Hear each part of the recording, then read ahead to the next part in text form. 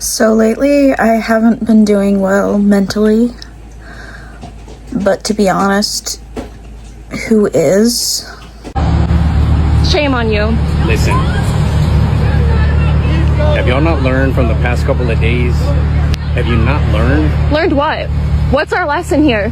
What do you want us to learn? Following federal agents. Give me my phone Following back. fucking No, you federal can't agents. take my phone.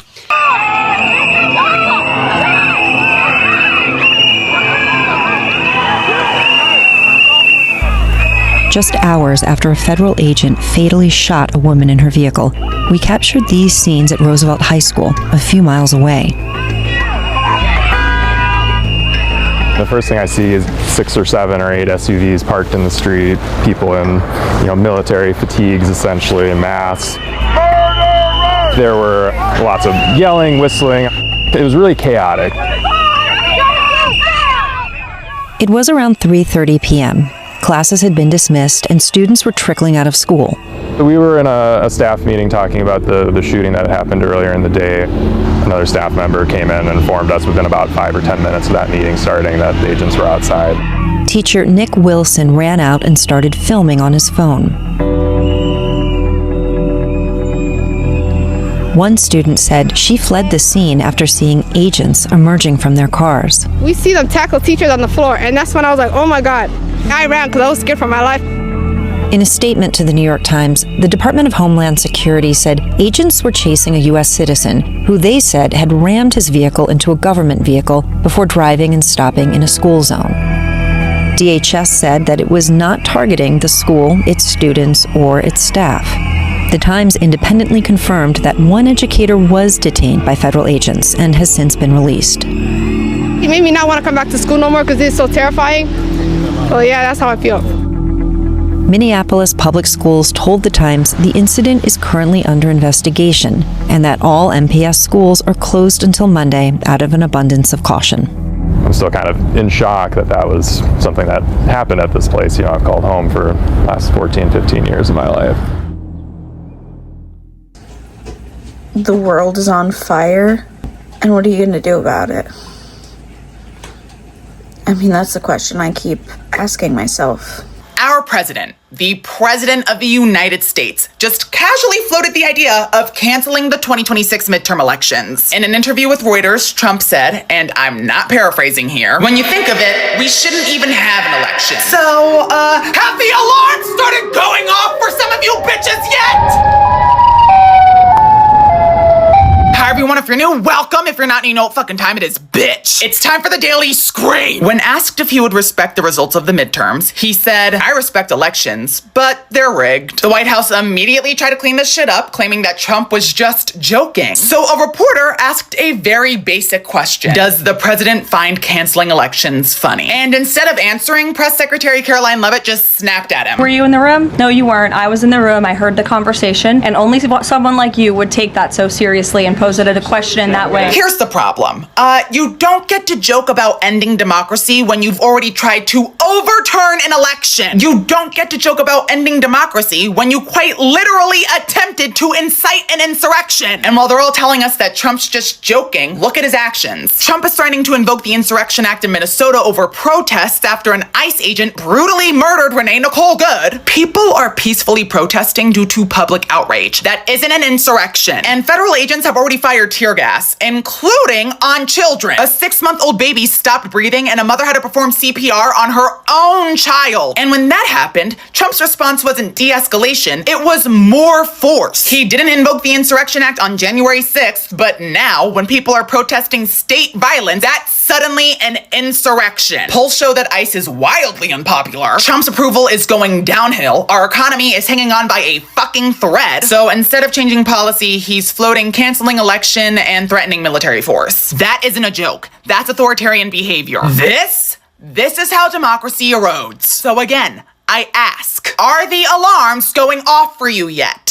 I wasn't diagnosed with my bipolar disorder until I was 25. When I had my manic episode that led to that diagnosis, it was really scary, and I've been very vigilant and trying to make sure I never have a manic episode. I'm very diligent about making sure I take my meds on time and I don't have any slip-ups. I go to therapy regularly. And, oh, Jesus, girl. Yes, Mommy loves you.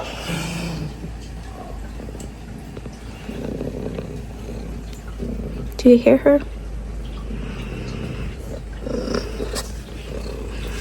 Yes. I've completely lost my train of thought now. You distracted me.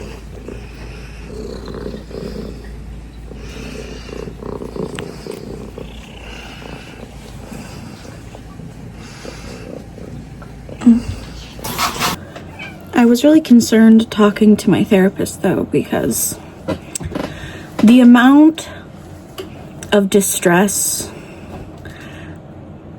and crazy thoughts and experiences I was having was akin to that manic episode. And I'm in the chair talking to her, and keep in mind, when I'd went into therapy, I had not... You guys are not leaving me alone. I had not at all cried leading up to the Renee Good murder. It upset me, but I had just felt numb. It was just upset. It was George Floyd all over again for me, and I was talking to my therapist about it, and I'm not surprised because I saw this happen, but it's disappointing, and it's so demoralizing to see something like this happen all over again. And she talked me down pretty good and validated a lot of my feelings and basically brought me to a point of, no, you're not at all manic right now. The world is this chaotic. You're not crazy. Things do really just suck this much. Things really are just this bad. And what happened to her shouldn't have happened. I remember it was the first time I'd really been able to sit down with anybody and just talk about it, and I just cried in that office. I bawled my tears out. My therapist was very good with me. And most likely when I go in a couple of days, I'm going to be talking about the latest murder that happened. And I'm going to most likely cry again as she talks me down and tells me I'm not in a manic episode, and yes, things are this bad. I'm sorry. No, you are not having hallucinations.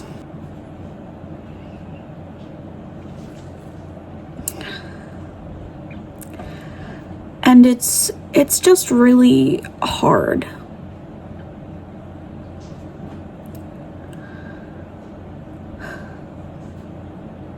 Right now, there's ICE agents right in Syracuse,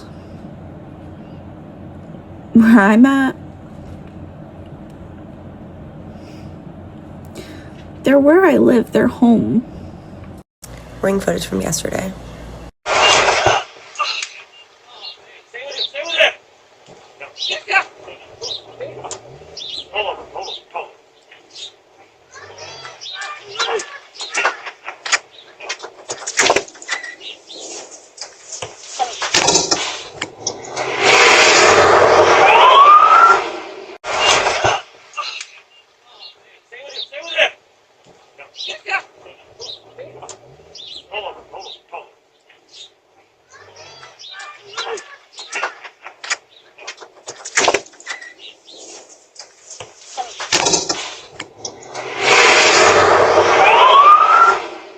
The first-hand report said that it was 8+ regular cars pulled over a man and arrested him on the side of the road near Lynn Court School around 7:40 a.m. today, 1/22/26, which would have been yesterday.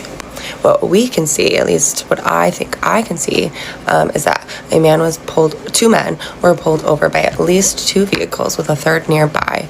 That third vehicle entered the frame later.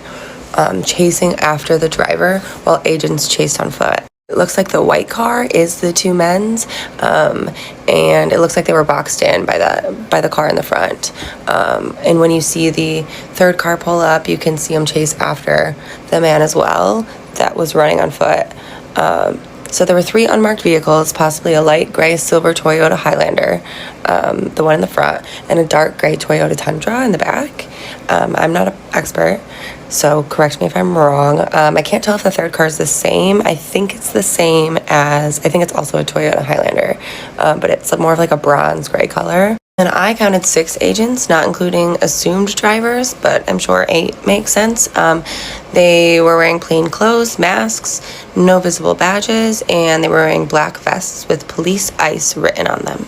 But I think that's all I've got. I know some staff members reached out from the Lynn Court Elementary School down the street, mentioning that a parent was taken in Buffalo. A parent of a student of theirs was taken in Buffalo last week. I wish I knew more. I don't know who these men are. If anybody does, please reach out. I'm sorry that I didn't have more details earlier, but I don't think finding out more details is worth the wait. I think we need to know when things are active right now. And that's why we all look at the maps, right? iceout.org. Protect yourself and protect your neighbors. I don't know what to do with that information. I don't know when and where there's protests. I don't know if I should join those protests. I don't know where I should be volunteering, what I should be doing. I don't have much money, but if I should be donating somewhere.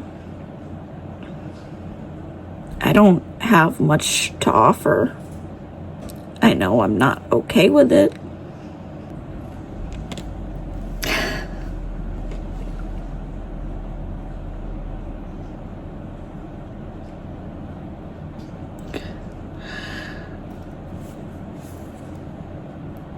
It's just so hard to see people around me be so closed off and cold.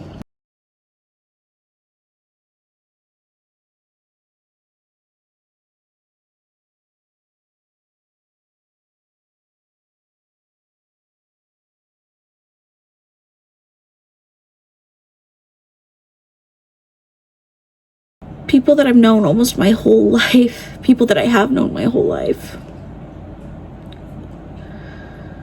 And it makes you feel like you've never known them and like they've secretly hated you.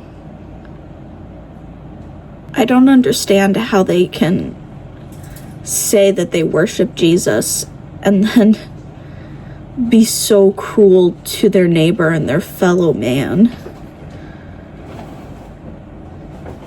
The children, to the needy. A 10-year-old girl, a U.S. citizen, was deported to Mexico while she was recovering from brain cancer. Yeah, you heard that right. A child who had every right to be in this country was ripped away from the healthcare she desperately needs. And for what? Her family was on their way to an emergency medical appointment when they were stopped and detained by immigration authorities. And instead of compassion, instead of common sense, they were deported. Can you imagine being that little girl, recovering from a life-threatening illness, needing treatment, and suddenly you're in another country, away from your doctors, your medicine, everything keeping you alive? This is cruelty of our immigration system, and it's showing right now. This is what happens when policies prioritize toughness over basic humanity. And don't get it twisted. This isn't about border security. This is about punishing people, because deporting a U.S. citizen, a child with brain cancer, that's not law and order, that's sadism. And if this doesn't make you sick, I don't know what will. We cannot look away from this. We need to demand accountability, because if they can do this to a 10-year-old girl, what else are they willing to justify? He told the officer that their daughter was a U.S. citizen and could not be deported. The officer said that the daughter would not be deported. The father began to give the mother the phone number of their attorneys, but before he could, he heard the officer take the phone from her and hang up the call, and they were all deported, including the 2-year-old U.S. citizen. No opportunity to speak with a lawyer. Barely any opportunity at all to speak with family. Why? What was the urgent threat posed by this 2-year-old? None. And this is the slippery slope. They start with people who are undocumented. Then it's legal immigrants in the United States. Then it's U.S. citizens who are 2 years old. If they keep trampling on rights, pretty soon, everyone's rights are going to be under threat. This is how it happens. We have to draw the line. So if nothing else, can we at least come together as a committee and as a Congress and say no to deporting children who are U.S. citizens, especially when no access to legal counsel has been afforded? Can we at least do that? And to grovel at these billionaires. Like, for me, I haven't even been able to listen to Taylor Swift lately because I'm like, I've been a fan of her since I was a kid. But she's a billionaire and she has all this power and influence. And she hasn't said or done anything during all of this. She's just able to keep herself out of it. Seeing what Billie Eilish has done, I'm like, why can't you do that, Taylor? We're seeing our neighbors who have been kidnapped, peaceful protesters being assaulted and murdered, our civil rights laying strict, resources to fight the climate crisis has been cut, fossil fuels and animal agriculture destroying our planet and people's health, access to food and healthcare becoming a privilege for the wealthy instead of a basic human right for all Americans.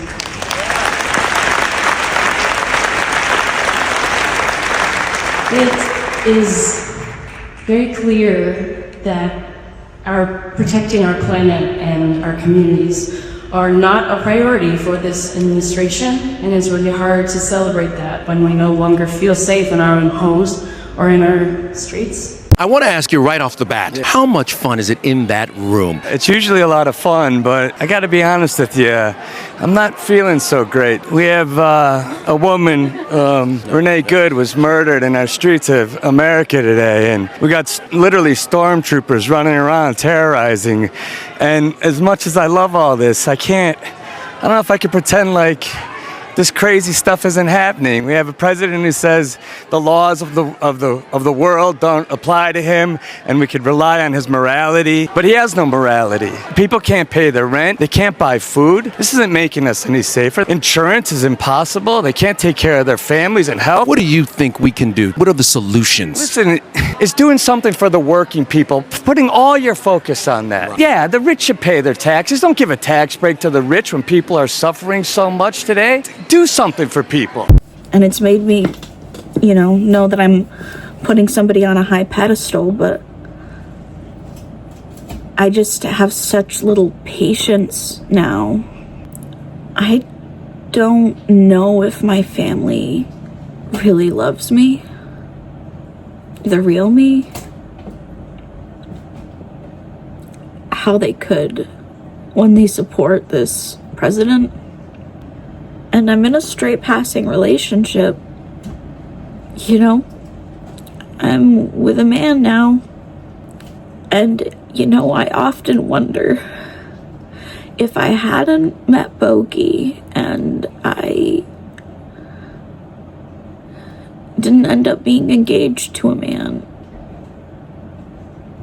would I still be invited to birthday parties and Christmas? Project 2025 calls for the wholesale abandonment of protections for the LGBTQIA+ community.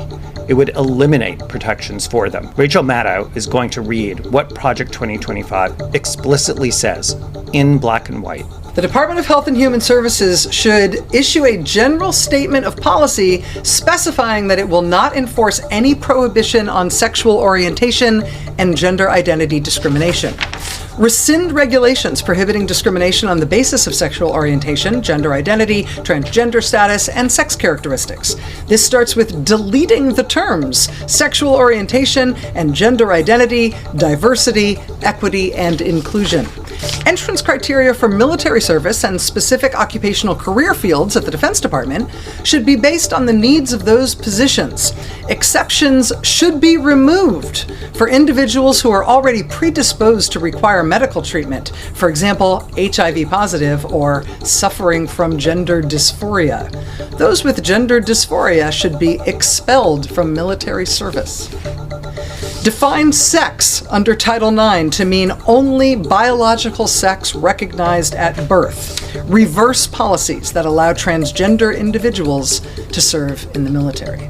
Project 2025 will devastate every inclusive community by making it no longer illegal to discriminate. It seeks to enforce heterosexuality as the only permissible human expression of gender and sexuality. It will eliminate all protections for any who differ from this traditional norm. It will abolish laws protecting LGBTQIA+ community members from discrimination. And it demands that the government stop enforcing current laws prohibiting such discrimination. That is Project 2025. You can dismiss public executions.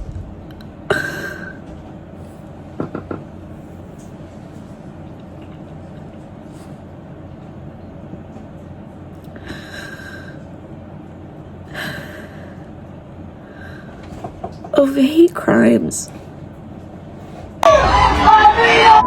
That's Border Patrol Commander Gregory Bovino appearing to give a like salute to the agents who work for him. Many have compared him to an SS commander, and not just because of his distinctive trench coat uniform. He's led the most violent of the ICE raids, getting into multiple legal battles about his tactics, like using force against protesters, clergy, and journalists in Chicago. The guy literally led a midnight raid into an apartment building and arrested children. Agents used Black Hawk helicopters and flashbang grenades, then filmed it for propaganda. He was also behind the operation in Minneapolis when Renee Good was fatally shot by an ICE agent. His tactics are under scrutiny in cities across the country because of widespread warrantless stops, heavy use of force, and violent raids. But if we back up and look at Trump's DHS as a whole, this kind of makes sense, because the agency hasn't hidden its intent to attract men aligned with white supremacist ideology. Recently, DHS referenced a neo-Nazi anthem in a recruitment ad. In October, it posted an image of George Washington on a horse with the phrase "America for Americans," a slogan widely associated with the KKK. That same month, it posted night imagery, frequently used in Nazi propaganda to brand themselves as crusaders defending Europe. And in an August post, DHS wrote, "Which way, American man?" a reference to a 1978 book by Nazi author which promotes racist and violent ideology. Gregory Bovino isn't a one-off. He's the encapsulation of Trump's authoritarian immigration policy. But here's the thing. They're trying to instill fear with these costumes and aggressive tactics, but we see them for how pathetic and desperate they really are. That's why people are still standing up to protect their communities. They kidnapped me. They took me. They arrested and detained me for 2 days, and I was put in county jail.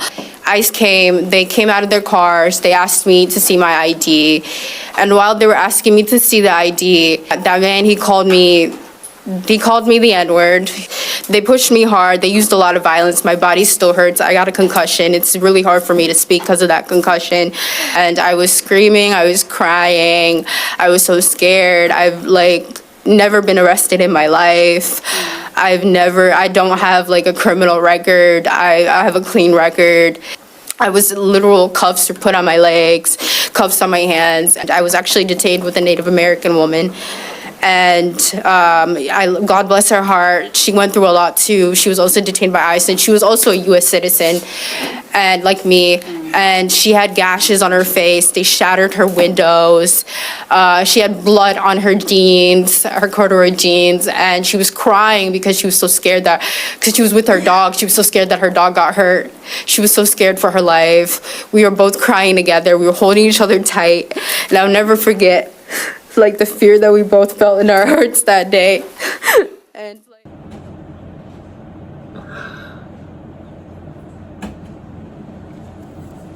her last words were, "It's fine, dude. I'm not mad at you."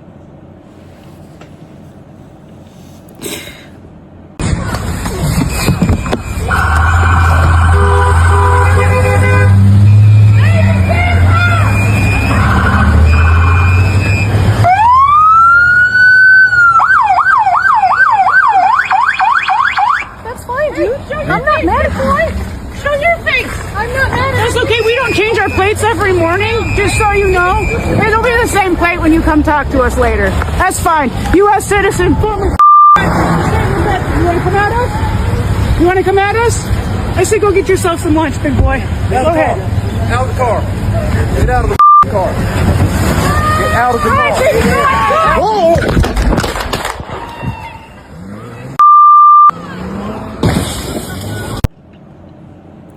And the man that was killed, he was killed while trying to protect a woman that they were shoving to the ground.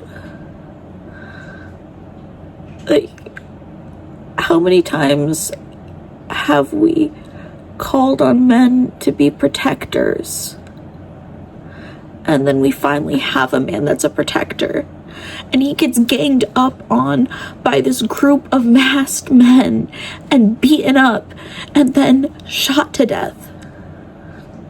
They keep pushing people, you know?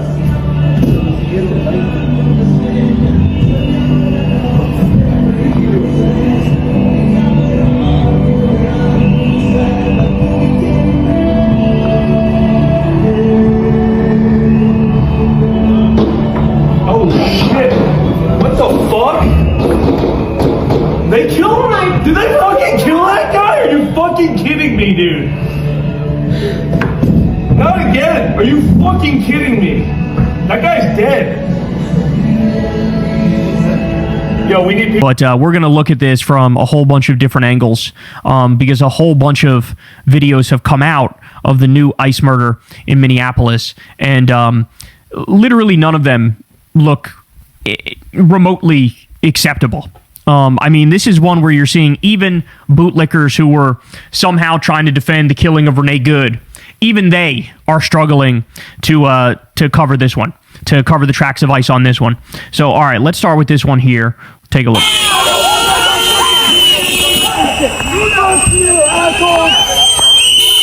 Okay, so you're seeing the ICE thug shoving somebody. Don't fucking touch me! Don't fucking touch me! Okay, so notice what happened there. The ICE thug shoves a woman, and so Alex Preddy steps in to try to protect the woman. That's what happened here.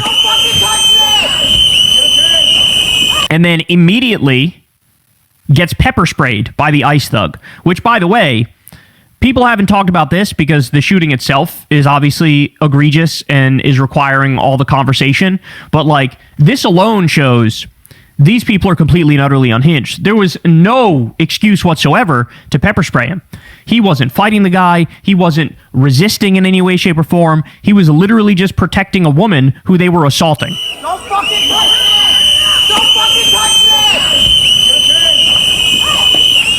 me! So just ruthlessly pepper spraying him when he just is trying to protect somebody who was shoved to the ground.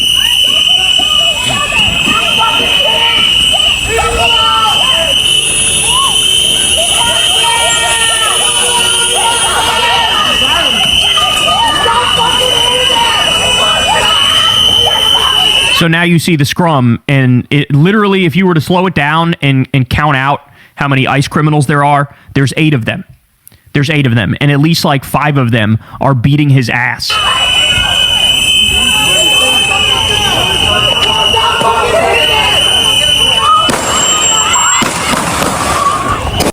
Jesus Christ. Jesus Christ. Now, I originally thought it was 5 shots. It turns out it was actually 10.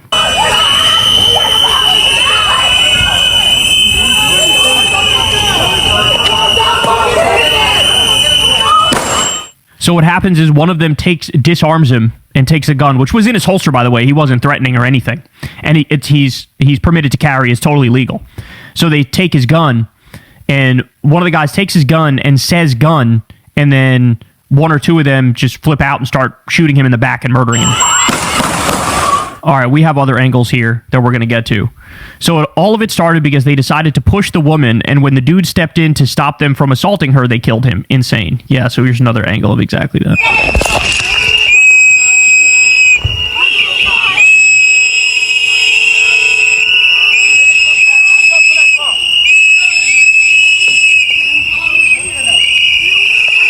So he's like directing traffic. You see him directing traffic here.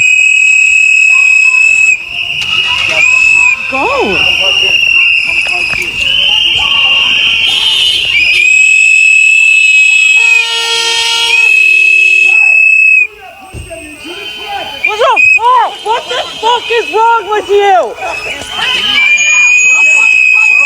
So shoves a girl, and then he steps in to protect her. Hand up, he's recording, but he puts his hand up, and then he gets pepper sprayed like a motherfucker.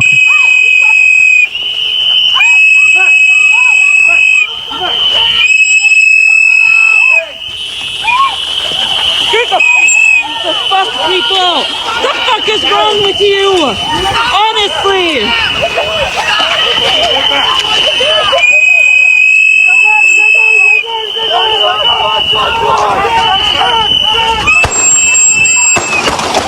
Oh my God.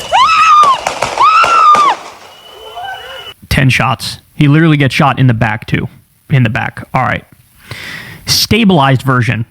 One officer takes the gun from the guy's holster, then a second later, another officer shoots him in the back. Honestly.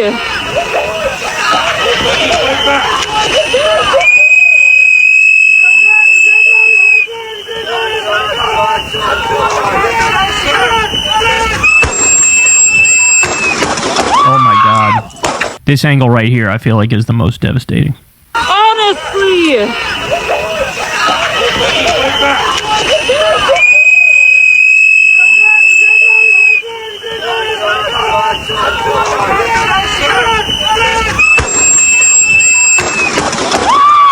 Oh my God.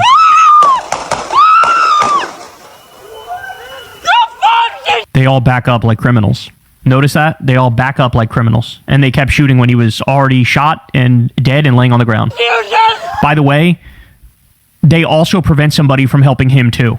It's so crazy. That's exactly what happened with Renee Good. Somebody's a doctor and they come up, or a nurse, and they come up and they say, let me help her. And they go, no, fuck out of here. Same thing happened here.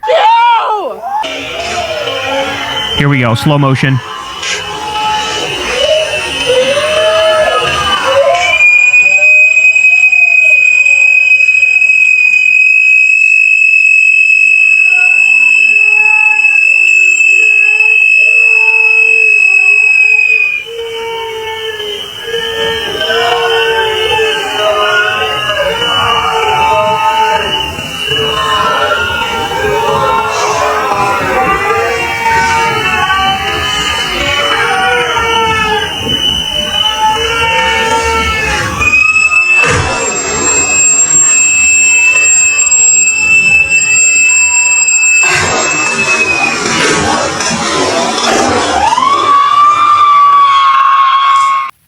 Just horrible.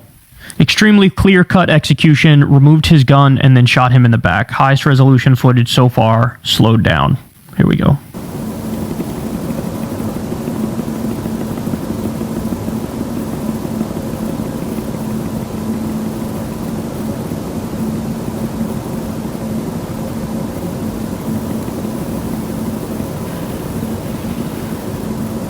Yeah, they removed his gun right there. Right there, they removed it, and then this guy takes out his gun and shoots him in the back. Jesus Christ. They say, where's the gun after the shots, because they don't realize one of them had already taken it before the shots. You hear him say, where's the gun? Jesus Christ.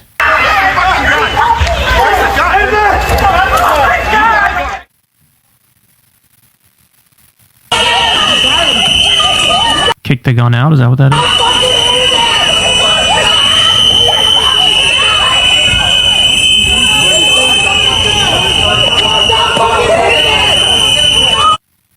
Oh, he's got a gun there, yeah. That's his gun. Oh. ICE agent caught on video clapping and celebrating after U.S. citizen was shot in Minneapolis. Agent then said boo-hoo after learning the man was deceased, according to 2 witnesses. Oh my God. Oh my God. Watch the celebration.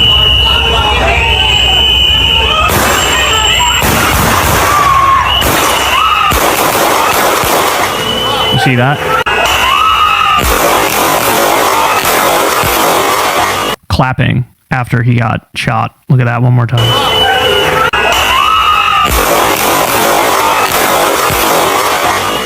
These are just total psychopaths, man.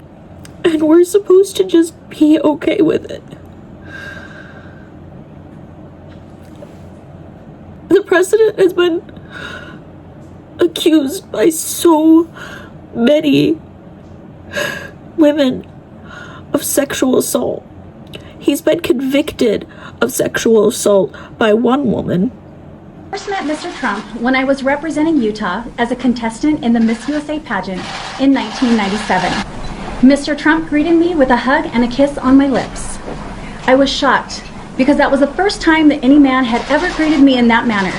But I ended up excusing Mr. Trump's behavior as a way that East Coast people greet each other. After the pageant, Mr. Trump invited me to meet with him in New York to discuss my future. He indicated that he wanted to introduce me to various modeling agencies. I have traveled to New York with 2 chaperones to meet with him at his office located in Trump Tower. To my surprise, Mr. Trump embraced me and kissed me on the lips for a second time. It was that second kiss that made me wonder what his intentions really were. What he did made me feel so uncomfortable that I ended up cutting my trip short, bought my own plane ticket, flew home, and never spoke to him again. Mr. Trump, in the debate, denied ever acting on what he stated in the Access Hollywood tape that he had done to women. I thought to myself, how can he deny that? He had kissed me on the lips twice without my consent. And it was that second kiss that was definitely a different kiss. He looked at me different. The way he hugged me was different. It was just a totally different experience where that's where I kind of just was stunned going, what the heck does he think this is? One by one, more accusers started coming forward with similar accusations against Mr. Trump. He referred to us all as liars. To make matters worse, he even threatened to sue me and all of his accusers. I felt like Mr. Trump was trying to silence all of his accusers who had come forward, as well as others who may be thinking of coming forward. That's when I felt enough is enough, and I needed to stand up to Donald Trump. I feel that he is trying to bully and frighten us into silence. Mr. Trump, that is not going to work with me. I have told the truth about my experience with you, and I am not going to be silenced. I am not afraid of you, Mr. Trump. If you carry out your threat to sue me, I will defend myself. I'm a Republican, and I want to be an example to others that might be able to come forward, and I want to be strong and dignified in how I react. And so I'm willing to face him head on if possible. I know that I'm telling the truth, and the truth is the greatest. You say that Trump groped you in front of Epstein. I do want to note that CNN has spoken to 3 friends of yours who confirmed that you told them about this alleged incident over past decades. Can you tell me more about what happened that day, and particularly how Trump and Epstein interacted? Yeah, before I get into the details of what happened, which, obviously I told you guys and I've shared with multiple outlets, the specifics of the assault that happened, I want to point out that I was polygraphed before I did all this by one of the most renowned examiners in the world. Michael Wolff has hundreds of hours of interviews with Jeffrey Epstein where Jeffrey confirmed to Michael what the 2 of them did to me long before I came out and told you all of this. So those are 2 critical data points that you need to have, and now I'll walk you through what happened. I was dating Jeffrey. He was always talking about Donald. It was his bestie and everything, and he was joking about how Donald thought I was hot, and Donald thinks I'm this or whatever, wants to talk to you. And he was telling me this as we were taking a walk down Fifth Avenue one day. And he said, let's stop in and see him at his offices. So we went up to his office in Trump Tower, and within a couple of minutes, Donald was outside of his door, and his hands were all over me. They were on my breasts, they were on my butt, they were on, my hips, up and down, while the 2 of them just kept having a normal conversation. I don't remember exactly what was in the conversation. Again, this was, we're talking 90, this is 93 now. It was something about, it was irrelevant. It was like, oh, Stacey's career's on fire. She just did Sports Illustrated again, blah, blah, blah, blah, blah. And they were back and forth, smiling and grinning and carrying on a conversation while Donald ran his hands all over me. And, when that happens in broad daylight in someone's office and an assistant's walking back and forth, you're in shock. If it happens in a dark alleyway, right, you defend yourself. But when it's hidden in its brazenness like that, which is Donald Trump's forte, you go into shock. She's really a beautiful baby, and she's got Marla's legs. We don't know whether or not she's got this part yet, but time will tell. You going up the escalator? I'm going to be dating her in 10 years. Can you believe it? If Ivanka weren't my daughter, perhaps I'd be dating her. You know? Stop it! Oh, it's so weird. Stop. You know what? You are sick. Yeah. Terrible. Yeah. So how Well, you're terrible? known for saying Is that outrageous terrible? things, Mr. Trump. Who are you, Woody Allen? Ivanka, what's the favorite thing you have in common with your father? Either real estate or golf. Donald, with your daughter? Well, I was going to say sex, but I can't relate that. You are special. You remind me of my daughter.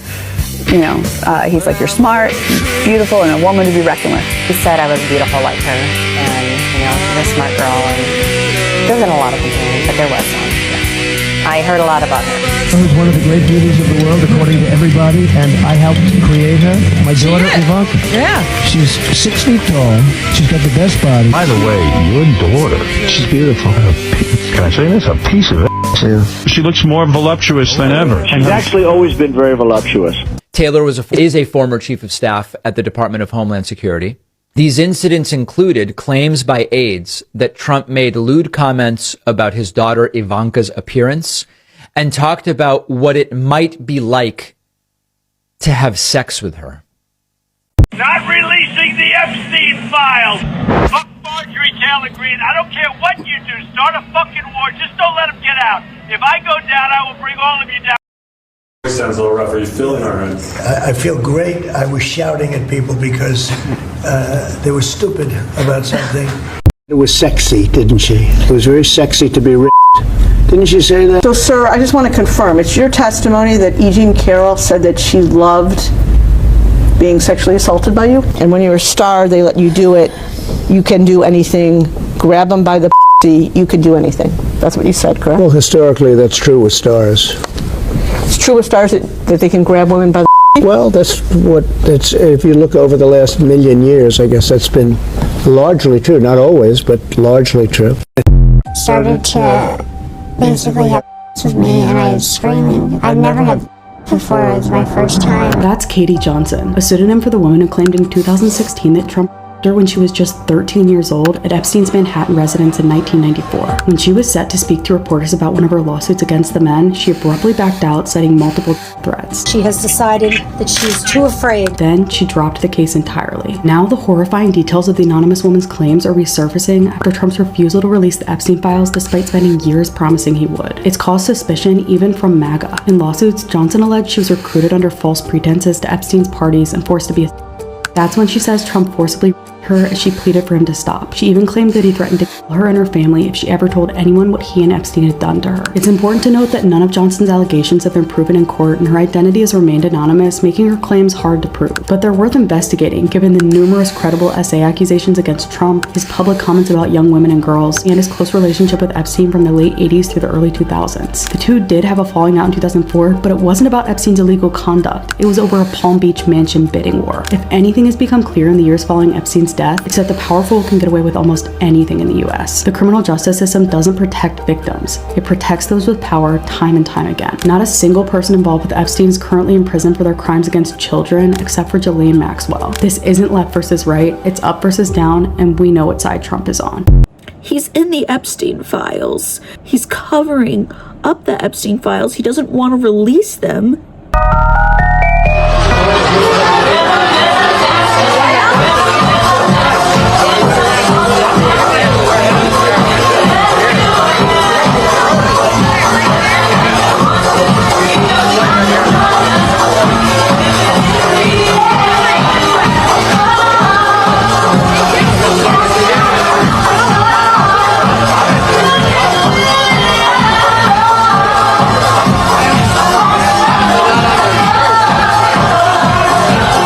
I want to say a few months ago, time to drop that really big bomb.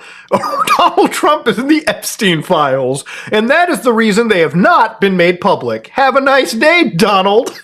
Mark this post for the future. The other day ago, something huge came out. Apparently, the U.S. Attorney for the Southern District of New York and the FBI, I want you to remember the timeline here, right? Apparently, the timeline was we're going to release the files, which remember back in 2024, one of the campaign promises was saying that we're going to declassify 9/11, JFK, and the Epstein files. If you were president, would you declassify, you can answer yes or no to these, would you declassify the 9/11 files? Yeah. Would you declassify JFK files? Yeah. Would I you, did. I did a lot of it. Would you declassify the Epstein files? Yeah, I would. Of course, obviously, those files were released. Some of these, like, influencers ended up getting these fucking binders consisting of information that all of us could pull apart anyways. Information. And of course, obviously, you know, this whole situation started to become a big problem for guys like Donald Trump because people were grilling him. And he started to say things like, well, yeah, this whole case might be a hoax. So this bill started to be formed where both sides came together and they're like, all right, just fucking release these files. Well, it seems like some victims ended up getting their stuff exposed, and national security is doing some real fucking heavy lifting because it turns out a grand majority of these files were redacted to all hell. Now, the redactions were so dog shit that in some cases you could just highlight the redactions, copy and paste them to a document, or use some Python scripts to do it even faster, and just easily view the redactions because the redactions were only made at a visual level, not at a level where they actually went into the documents and removed the metadata. It was a very poor job in some cases. Oh my God, y'all. There it is. It is right there. Donald J. Trump had R-worded her along with Jeffrey Epstein. There it is. And it gets so much worse. They advised whoever this is to call the police, which is a her, according to this document. So they advised her to call the police regarding the incident, meaning this. And she stated, I can't, they will kill me. On Christmas Day, they confirmed with her that she did in fact call the police about what they had talked about. They said she had done good. Next thing they know, they reached out and said, nope, she's dead. Her head was blown off. Officers on the scene said, there's no way she did that to herself, but the coroner said she did. Cover up. And the DOJ today is literally saying, do not believe what you see with your eyes, straight out of 1984. They said some of these documents contain untrue, sensationalist claims made against President Trump that were submitted to the FBI right before the 2020 election.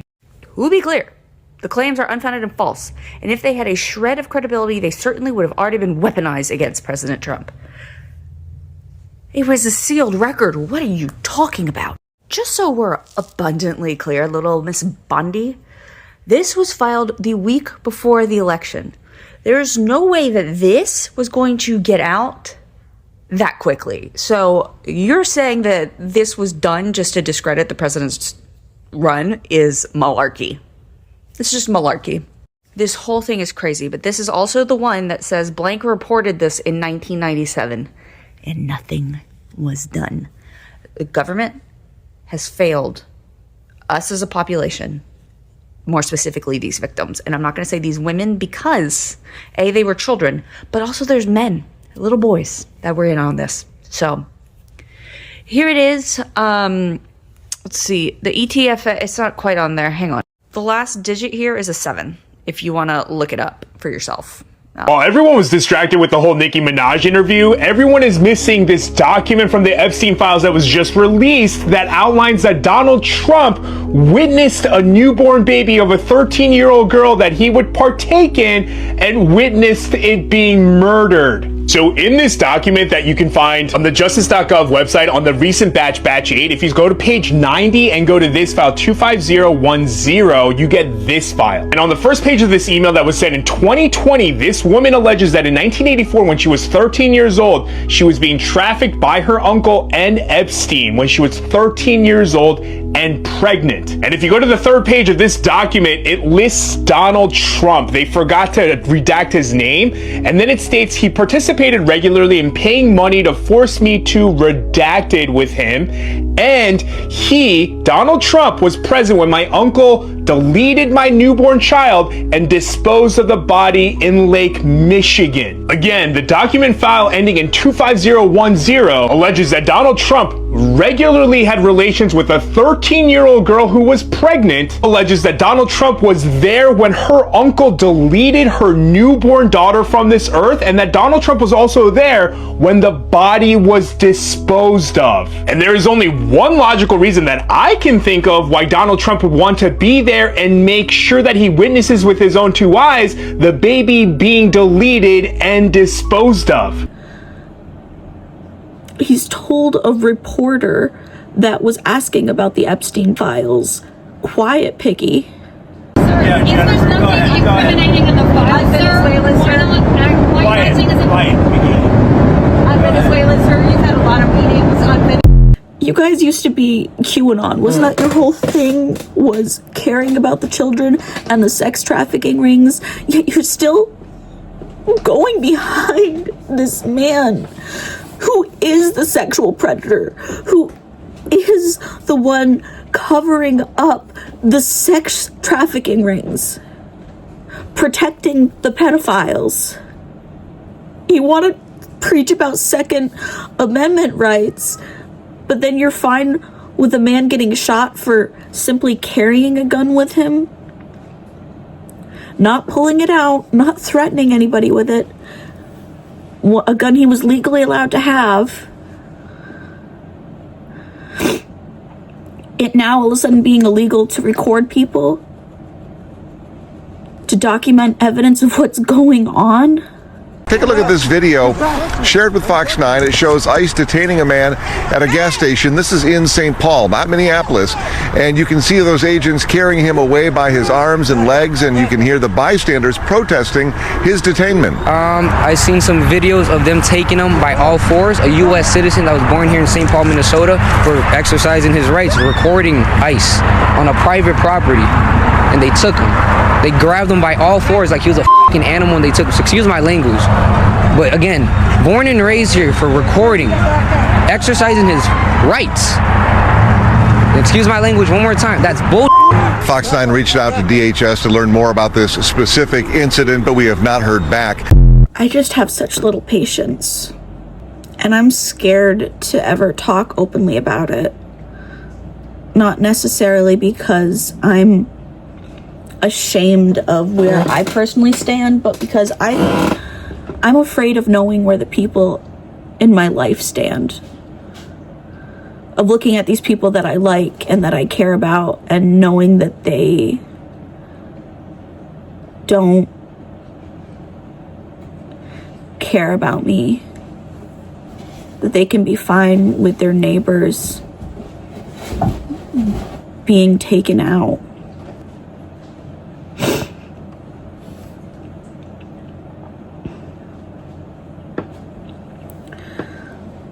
I don't know, I've been having really bad memory lapse with all this, which happens a lot when I'm under a lot of stress.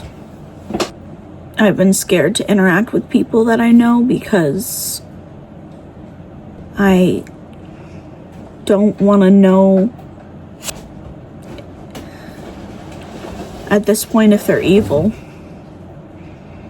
There's no other word to describe this than just plain evil. My house is a wreck. I haven't been showering properly. I haven't been taking care of anything around me like I should. I haven't been putting in the effort at work. I haven't been fully in my head at work. When I go home, I just play video games and try to shut my brain off. Because I'm gonna care. There's no way to stop caring. So the only thing you can do is just stop your brain from doing anything. You know, try to do some drugs, drink some alcohol.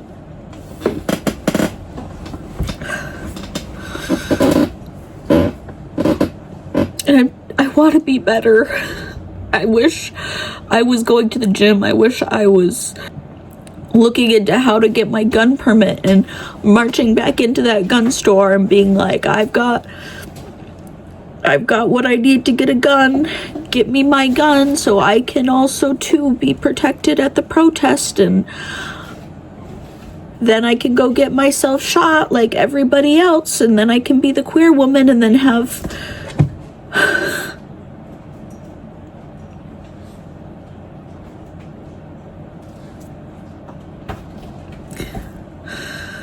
and I'm not doing anything.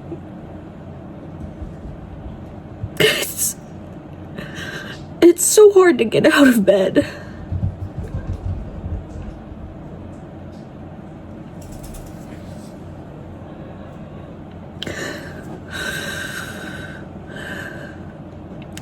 wish I had the answers. I just don't understand that with everything, how people can still not care.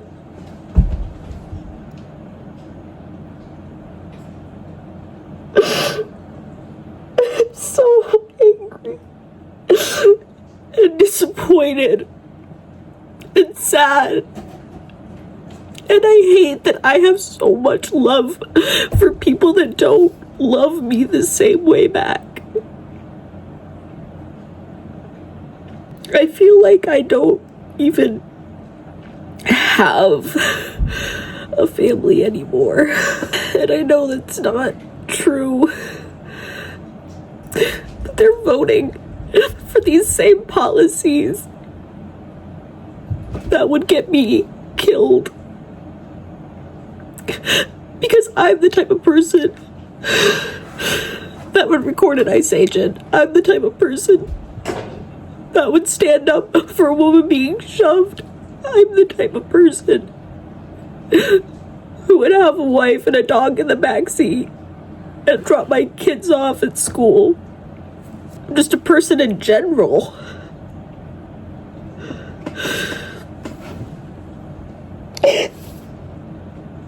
Can ICE agents order you out of your car? They can stop you. They can ask you a series of questions, but they can't force you out of the car. If they were to stop you, you can ask them at this point, am I under arrest? And if they say no, then you can say, am I free to leave? And you're free to leave. But they can't necessarily force you out of the car, and they don't have the right to basically detain you unless they have some type of reason to arrest you. Can ICE go into schools on private property? If they try to enter your private property or private space of a school or anything like that, the school has the perfect constitutional right to say you may not enter unless you have a search warrant signed by a real judge. Can ICE detain U.S. citizens and people who may not be citizens but have permits to work and live here legally? No, they enjoy the same constitutional rights as U.S. citizens, and it's the same thing. Unless they have grounds for arresting them, which either means witnessing a crime or having a warrant for their arrest, they may not detain them. And these individuals, if arrested, are entitled to a court hearing where the government has to prove why they're detaining them. Can the FBI kick Minnesota out of the investigation, which it has done? They can block them out, but that also means that can the state and local government, Minnesota, Minneapolis, do their own investigation? Yes. This is not productive. This is not good, but the feds can block the state out, and the state and the local are still empowered to be able to do their own investigation. This is teenager Jonathan Garcia, who was kidnapped from his job at Target by ICE, and when they realized, oh, maybe he's not an illegal immigrant, they just threw him out of the car at a Walmart. I want you to think as a parent how pissed you would be. We are not mad enough. This is crazy. Listen to this boy cry. He just cries, and my heart breaks for him. This is what we're doing. This is what we're doing to illegal immigrants, and this is what we're doing to citizens. What do you think they're going to do to you? Here's the video from before. You're a U.S. citizen. I'm a U.S. citizen. Get the fuck out of here. Why are you kidnapping our citizens? Wow. Why are you? Bet on my life, I bet no one will be held accountable for this. The Trump administration needs to understand that when there is no justice, people take it into their own hands. And I'm sure that's what he's counting on. I kept asking myself, what did she do? They even called it a domestic terrorism. I'm like, what? Now we're gonna define domestic terrorism with somebody trying to move out of the way and the ICE agent steps in the pathway that doesn't add up to me. We have to be careful with the way we define things in this nation. So it was very troubling. It's been a very tough, rough, difficult, perplexing, sometimes confusing, chaotic, unjust, inhumane year in many ways. However, I can say that in spite of all of that, we're still here. The people united! I got a question for you. What do people mean when they say that immigrants should do it legally? Well, this is what they actually mean. When other people tell immigrants to do it legally, what they're referring to is how they entered the country. So let's talk about entering legally. So let's say that you entered on a visa, right? Let's say that your visa is not expired. So that means that you are still in legal status. You're good. You're still legal, right? So let's say that you're going to adjust status to a green card through an employer. Well, it depends.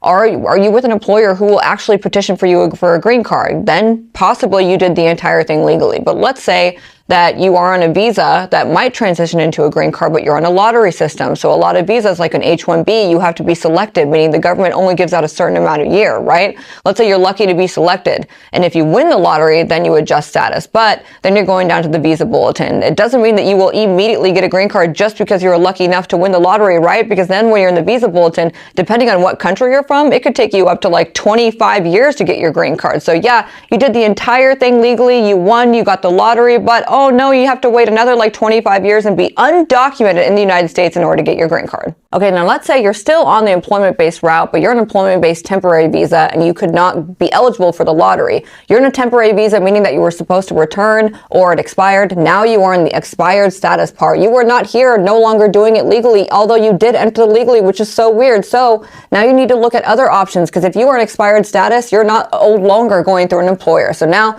let's look at family-based immigration. So you can either have an immediate relative petition for you or somebody else. An immediate relative is having a U.S. citizen spouse, having a U.S. citizen parent petition for you if you're under 21, or if you're a parent and you have a U.S. citizen child that's over 21 petition for you. If you fall into those three categories, then they can adjust status for you for a green card. So you're lucky, even though you're expired status and you're somewhat undocumented, you technically entered legally, but then you weren't doing it legally, but eventually you got your green card. You are in those lucky three categories. Let's say you are not in those three categories.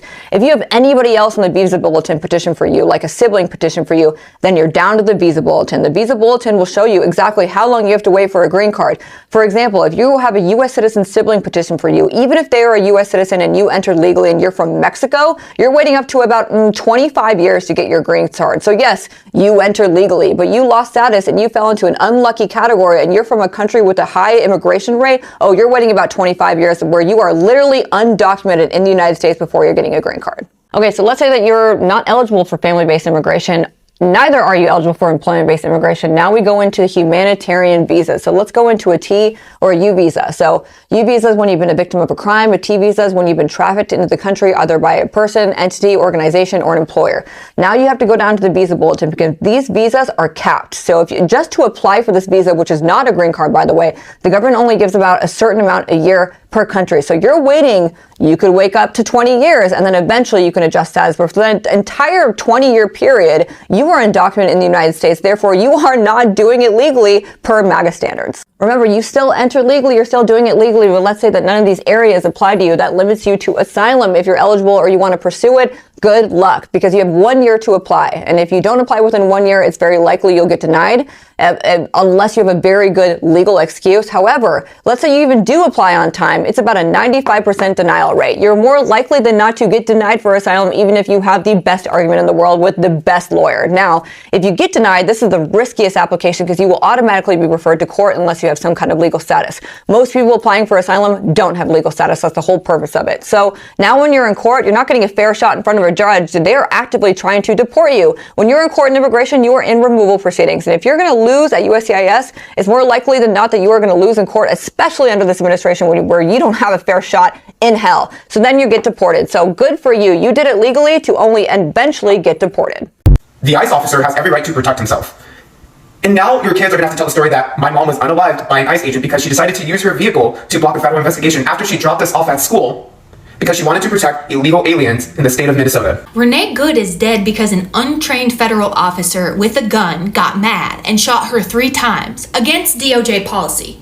My source for this video is doj.gov. So if you want to find this information on the use of force policy from the Department of Justice, you can go to the United States Department of Justice website and find this information for yourself. Theo, she was obstructing a federal investigation by driving away from them. They had every right to question her or detain her about immigration matters. Actually doesn't matter. They didn't have the right to shoot her.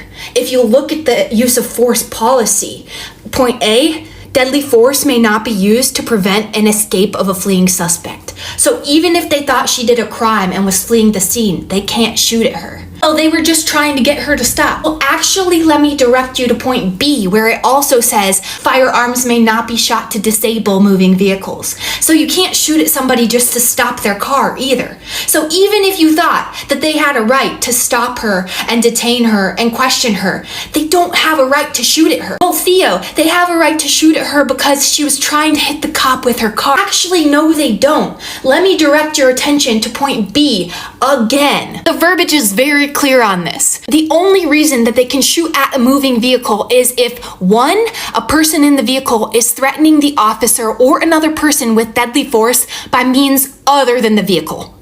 That's point 1 right there, okay? The car itself and her being in the car does not constitute using deadly force against her. You can't shoot at her for being in the car. Well, Theo, what about trying to hit the police officer with her car? Actually can't shoot at her for that either. You can shoot at somebody in a vehicle if the vehicle is operated in a manner that threatens cause of death or serious physical injury to an officer or others, and no other objectively reasonable means of defense appear to exist, which includes moving out of the path of the vehicle. Meaning, if you can step out of the way of the vehicle, you cannot shoot at the car. He clearly could step out of the way because he did. They have specific language about cops being in the path of a moving vehicle. Under these DOJ guidelines, he did not have justification to shoot that woman. He can't use deadly force just because someone's fleeing. He can't use deadly force just because he wants to disable a vehicle. He can't use deadly force because he's threatened by a vehicle and there's no other weapon there. He can't use deadly force if he can step out of the way of a vehicle coming towards him. He had no justification for use of deadly force. Well, Theo, she was obstructing traffic. They killed her. I don't know if you're aware of this, but you don't get shot for obstructing traffic. And traffic is state law. Federal agents don't enforce traffic laws. I don't understand why people keep talking about that, but you shouldn't be shot for obstructing traffic either.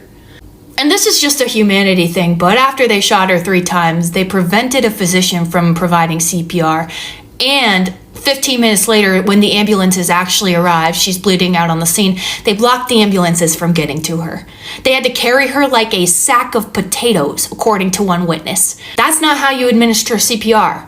Even on the cop shows, when they do exert deadly force on a suspect, they are immediately checking pulse and administering CPR. These officers blocked anyone from administering CPR, and then they fist bumped. There's video of them celebrating the shooting.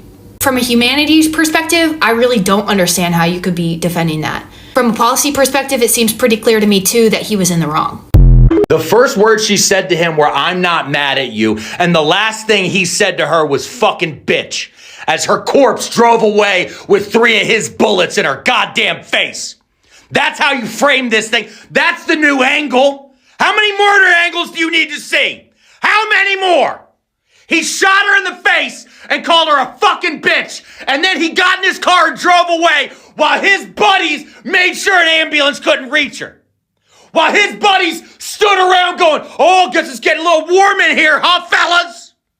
And then what happened? His boss got in a press conference as her corpse wasn't even cold yet in the snow of Minnesota and called her a fucking domestic terrorist. Then the president got on and called it a justified killing. Then the vice president got on and called her deranged. Nobody called her a mom.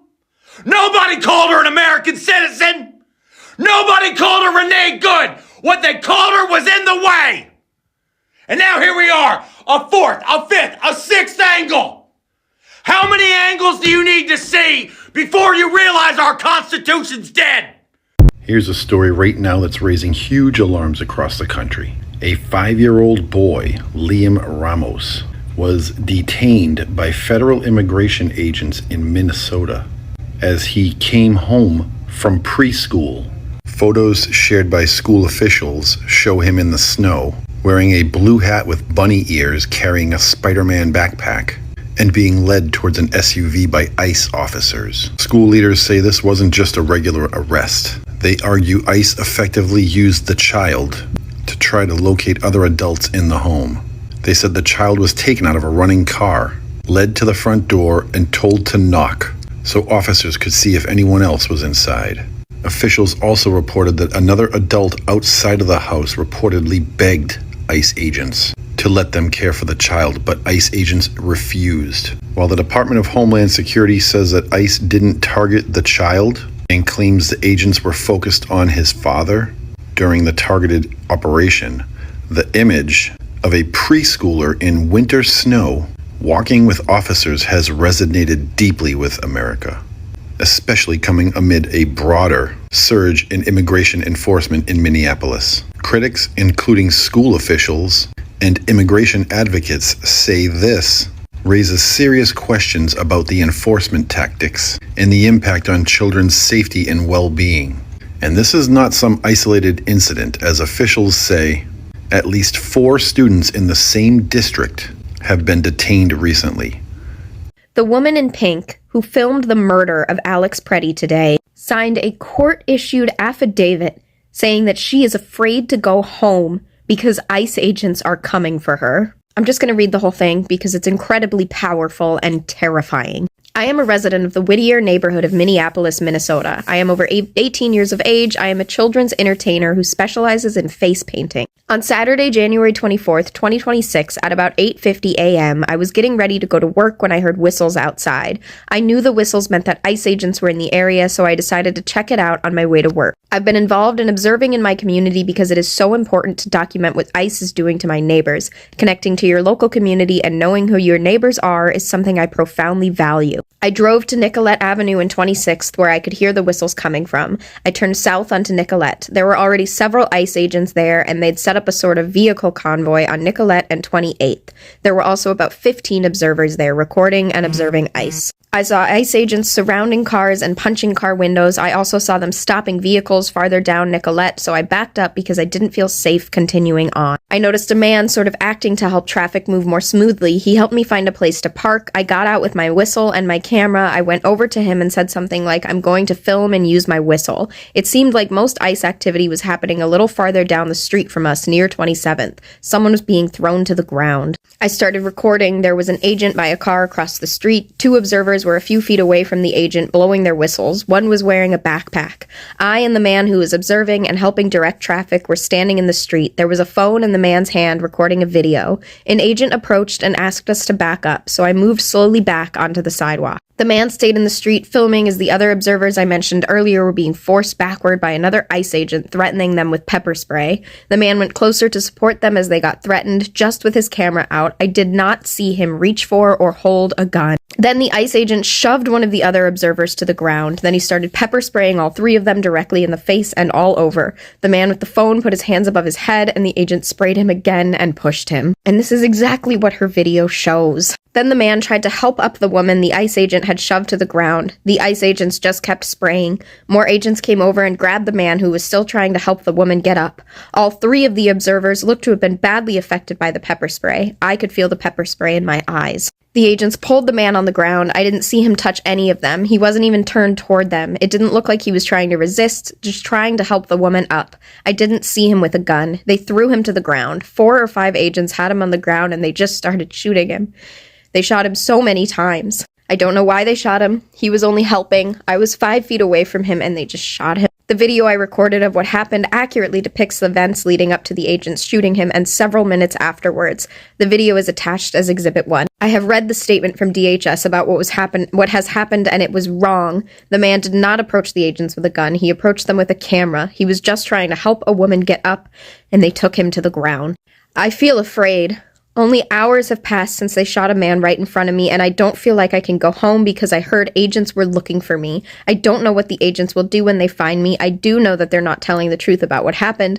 I've heard that other witnesses might have been arrested and taken to the Whipple building. I am disgusted and gutted at how they are treating my neighbors and my state. I keep alternating between crying and feeling determined. It is important to remember the value of documenting injustice. We show up for the people who need us to bear witness, because it can't just be one group of people bearing the brunt of their tyranny. This is a struggle to protect our freedom and democracy. Those things are on the line. He lost his life for those values. I declare under penalty of perjury that everything I have stated in this document is true and correct. This is so unbelievably dystopian. This woman is terrified to go home because she is afraid of what the ICE agents will do to her, because they are looking for her, and they've already arrested witnesses. Preddy's family also issued a statement earlier today, and they are pissed. They are extremely pissed at this administration for spreading lies and for getting in the way of this investigation. He said, "We are heartbroken, but also very angry. Alex was a kind-hearted soul who cared deeply for his family and friends, and also the American veterans whom he cared for as an ICU nurse at the Minneapolis VA hospital. Alex wanted to make a difference in this world. Unfortunately, he will not be with us to see his impact. I do not throw around the hero term lightly. However, his last thought and act was to protect a woman. The sickening lies told about our son by the administration are reprehensible and disgusting. Alex is clearly not holding a gun when attacked by Trump's murdering and cowardly ICE thugs. He had his phone in his right hand, and his empty left hand is raised above his head while trying to protect the woman ICE just pushed down, all while being pepper sprayed. Please get the truth out about our son. He was a good man. Thank you." This is an unbelievable nightmare. Witnesses are terrified of what ICE agents are going to do. The family of a victim is begging people to hear the truth and not listen to the lies coming from this administration. Minnesota officials have filed a lawsuit against DHS saying that they mishandled evidence. They took cell phones from people. They said that they made astonishing law enforcement decisions. And while all that is happening, while the family is making statements, while witnesses are terrified, Pam Bondi is sending letters to Minnesota basically saying, this is what happens when you don't comply. She is also basically threatening the state to hand over their voter rolls, saying, third, allow the Civil Rights Division of the Department of Justice to access voter rolls to confirm the Minnesota's voter registration practices comply with federal law as authorized by the Civil Rights Act of 1960. Fulfilling this common sense request will better guarantee free and fair elections and boost confidence in the rule of law. This has never been about immigration. This has been about instilling violence and fear in the streets of the United States, all for the purpose of undermining elections. This is absolutely insane. Everyone has to continue filming ICE in everything that they do, upload it live so that they can't take your evidence. We have to protect each other. These witnesses are afraid for their lives, afraid for their freedom. And I just want to end this video with Alex Preddy's own words. Alex Preddy was an ICU nurse for the VA. He gave a final salute to this man's dad, and he shared this video. I'm going to read the statement first, and then I'll show the clip. R.A.P. Alex Preddy. He was my dad's ICU nurse. He read my dad's final salute at the VA after he passed away. Never wanted to share this video, but his speech is very on point. Also, my father's final words to me was continue to fight the good fight. He would be honored in Alex's sacrifice and ashamed of this current administration. In my dad's words, I can encourage you all to continue to fight the good fight. And here's Alex to wrap up this video. Terrence Lee Randolph, March 30th, 1947, December 10th, 2024. Today we remember that freedom is not free. We have to work at it, nurture it, protect it, and even sacrifice for it. May we never forget and always remember our brothers and sisters who have served so that we may enjoy the gift of freedom. So in this moment, we remember and give thanks for their dedication and selfless service to our nation in the cause of our freedom. In this solemn hour, we render them our honor and our gratitude. They're trying to rewrite history with lies. They're telling us that Renee Good was a paid agitator who was trying to use her vehicle as a weapon. When we all saw the video footage, we saw her say, "It's all right, man, I'm not mad at you." And we saw the wheel of her car turned away from the agent who was standing in front of her, pulling out a weapon. They're telling us that Alex Preddy was brandishing a weapon and that he sought to inflict maximum damage. Those are the words that they're using, when in fact we all saw the video. of him trying to protect a woman from being pepper sprayed while he was holding up his cell phone, not a gun. They are completely rewriting history with lies, and they're using lies as weapons. And the only way that we can disarm them is by adherence to the truth, by seeking out the truth, by sharing the truth, and by continuing to be brave and be vocal. That's how we're going to save our democracy. That's how we're going to save our country. If we start cowering or being quiet or just sticking our heads in the sand and hoping this will all go away, or even worse, listening to the lies and believing them, then we're fucked. Trump is looking for a false flag event. He's looking for some opportunity to create a crisis. So everybody should stay nonviolent in your resistance, because the minute somebody sets off or starts or does something truly inflammatory, the administration will use that as an excuse to crack down, declare martial law, cancel the midterms. And if you doubt for a second that Trump would do those things, all one has to do is look back at January 6th. I'm going to share again a video that blow by blow, moment by moment, shows that Alex Preddy was murdered. If you don't want to watch that, or if you've seen it already, as I'm sure you have, this would be a fine time to stop. But in service of the truth, in service of sharing the truth, which is something that we all need to be doing right now, I'm going to repost this video.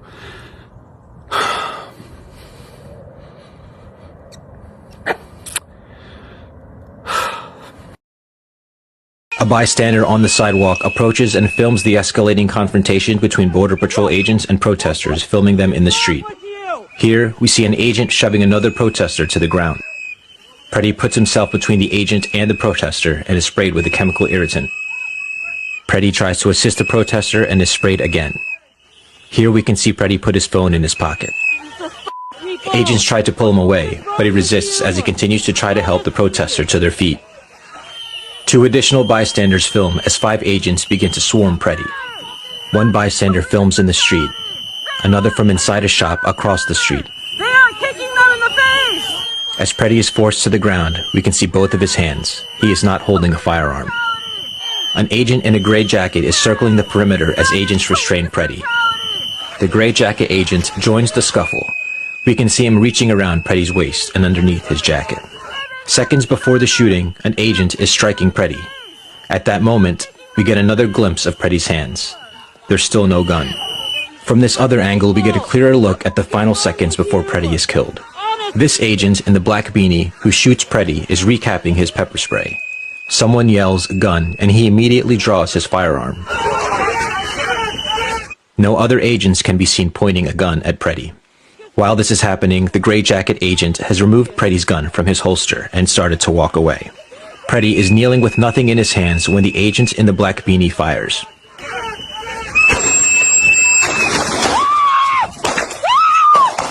Ten shots are fired as the gray jacket agent retreats, holding Preddy's gun. After several moments, agents kneel next to Preddy, appearing to administer aid. According to officials, Preddy was announced dead on the scene. They just shot somebody. They should follow the law, but let's not get our knickers in a twist here. There's no let's not punishment get our for this. knickers in a twist over child. Why are you talking like that? It's insane. It's insane. The Epstein Files What's is insane? a multinational, multi-generational child and woman trafficking ring. So your attitude right now, you're sort of like, well, shucks, devil begun, is just horrifying to me. Every woman in the world that is watching this Why are you acting like you have no idea what's happening here? Scott, this is... He asked me a question about following the law. And what I I'm said they saying should to you follow is the your law. attitude. Yes, and they're not following the law. They're 30 days late on following law, and they didn't explain why they redacted the first things in the first place, which they were also supposed to do. I know. Listen, you at have this a strong point, this is opinion not... about it, and I have a strong respect that. opinion about it because it is a But I think they should- disgusting I think they policy should do it that as they are fast as doing they this. can. They are hiding it. It is not the behavior of innocent people, and everything that is in these files is... It could bring an entire house down. And if it has to, it has to. If it brings down Democrats, bring them down. If it brings down Republicans, bring them down. If it brings down princes, world leaders, Hollywood people, bring them down. But what it feels like right now is that there's a giant cabal of people that do not have to listen to the law, do not have to oppose the law, and they were supposed to do something, then they didn't do something, and now they're trying to have a new law that says we don't even have to do it. President Trump says he needs Greenland from Denmark because his feelings were hurt by Norway. No, really. Here is the full text he sent to the Prime Minister of Norway, Jonas Gahr Store. He said, "Dear Jonas, considering your country decided not to give me the Nobel Peace Prize for having stopped 8 wars, plus, I no longer feel an obligation to think purely of peace, although it will always be predominant, but can now think about what is good and proper for the United States of America. Denmark cannot protect land from Russia or China, and why do they have right of ownership anyway? There are no written documents. It's only a boat that landed there hundreds of years ago. But we also had boats there also. I have done more for NATO than any person since its founding, and now NATO should do something for the United States. The world is not secure unless we have complete and total control of Greenland. Thank you, President DJT." Those capitalizations scattered throughout, those are his. They make no sense. Just to repeat, this is the President of the United States saying he needs to take Greenland from Denmark because Norway hurt his feelings. Also, for the record, Norway, the country, doesn't give out Nobel Peace Prizes. An independent Nobel Peace Prize committee does. But even if they did, how does that justify the president taking Greenland from Denmark, a NATO territory that is defended by NATO, of which the United States is a part? Which basically means we can use it for defense as if we do own it. Denmark and Greenland have both said so.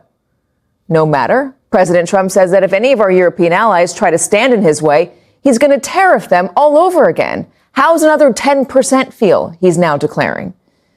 You can only imagine the hair pulling, the biting of pillows right now that is going on behind closed doors in Europe, because none of this makes any sense.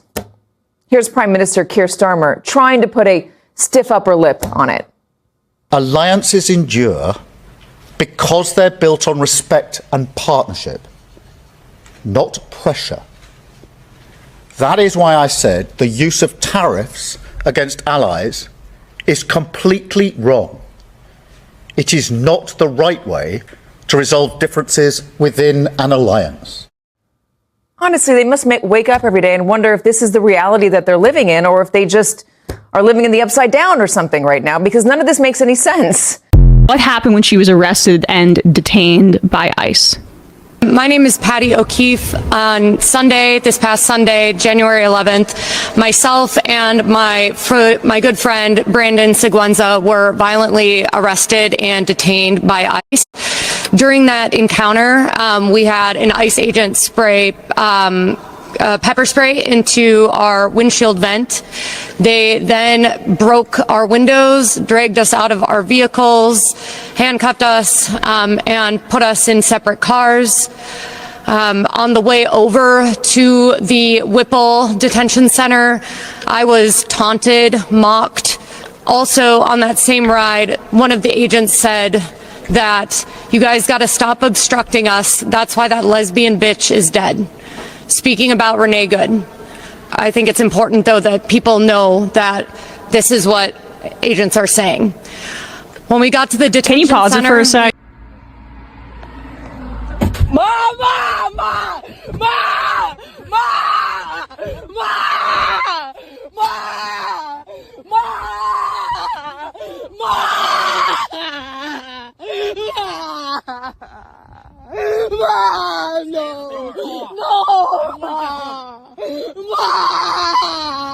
Will you be blind in that eye for life? From what I've heard the doctors say and everyone else, yes, I will be blind for life.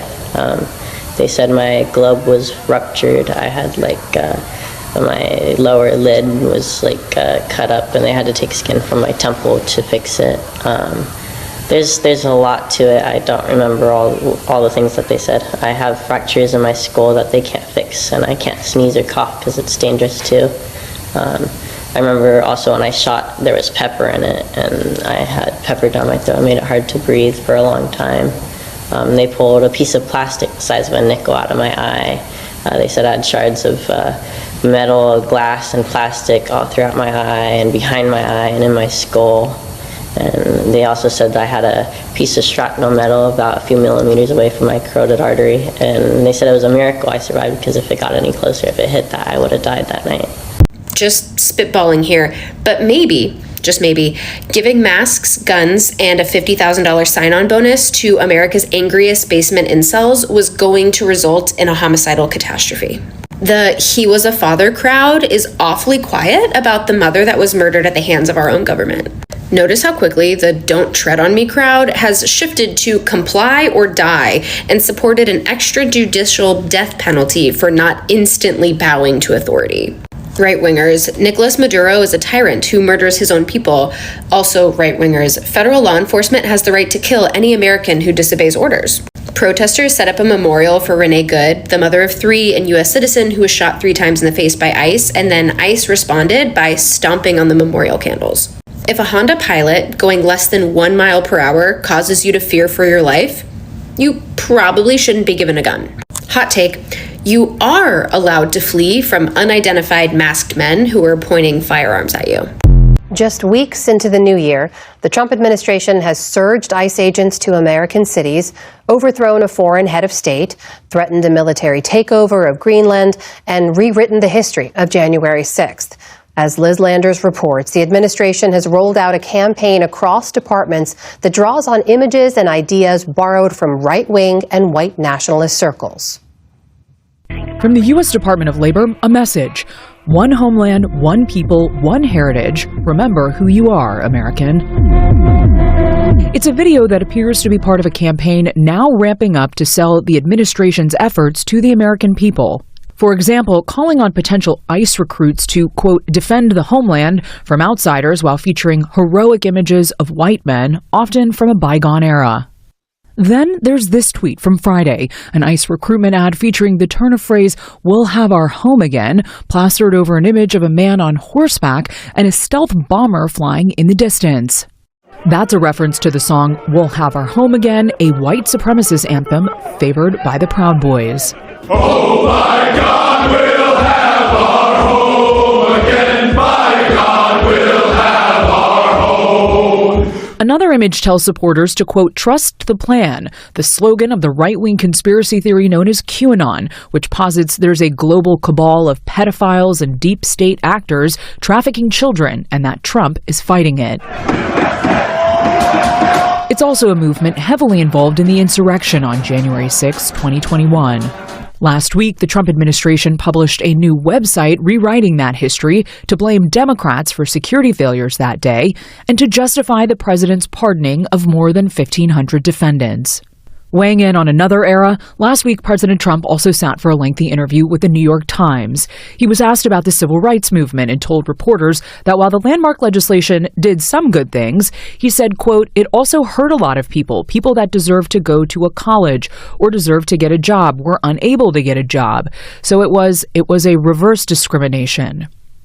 A day later, Trump supporter and billionaire Elon Musk wrote 100 above this message on X, which read in part, quote, if white men become a minority, we will be slaughtered. White solidarity is the only way to survive.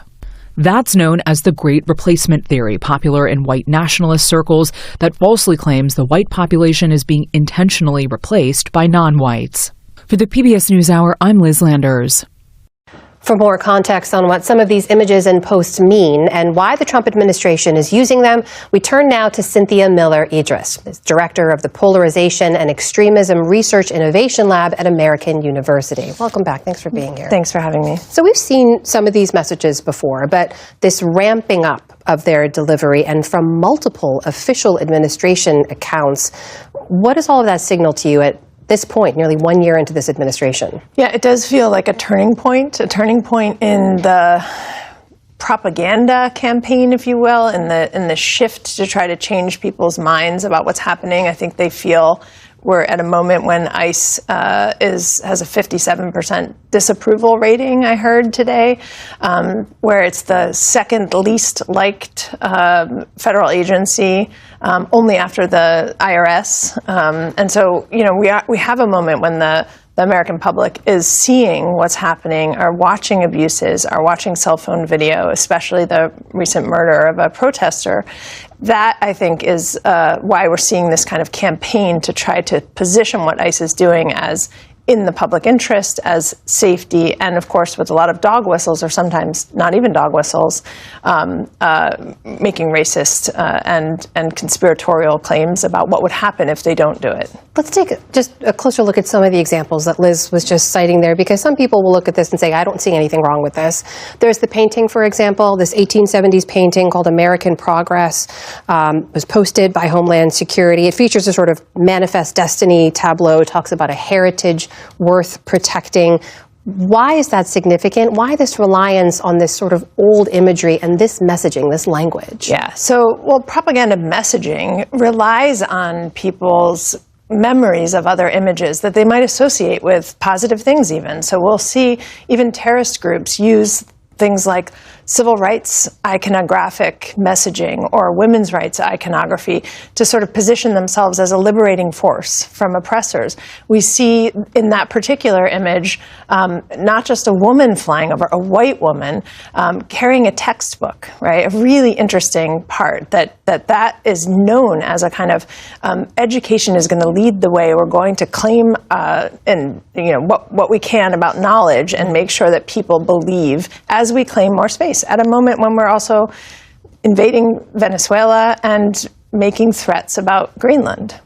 He's not part of the administration technically, but to have Elon Musk openly retweeting white nationalist language, why is that significant? Well, this kind of white nationalist language, when it's conspiratorial, it's been linked to terrorist attacks in Pittsburgh, in El Paso, in Buffalo. I mean, that was the motivating, in Christchurch, New Zealand, in Oslo, Norway. I mean, hundreds of people have died because of that conspiracy theory, because people believe there is a dire threat posed by multicultural societies and that someone is orchestrating it to make white people disappear. And so that is dangerous. There's also this piece that Liz reported on in a recent interview the president gave, articulating his views on the civil rights movement, which was the Black-led equal rights push to end legal discrimination and segregation in this country. He said it hurt a lot of people and ended in reverse discrimination.